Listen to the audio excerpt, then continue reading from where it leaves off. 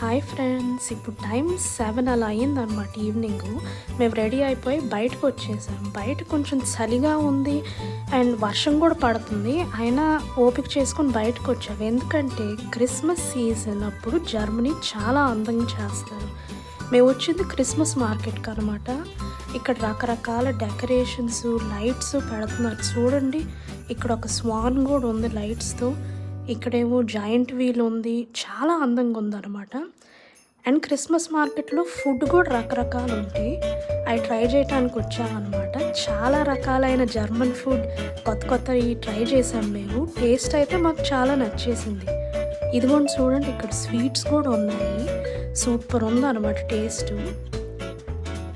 ఇదిగో మా అక్క నాకేదో పెట్టడానికి ట్రై చేస్తుంది. టేస్ట్ బాగుందిలేండి.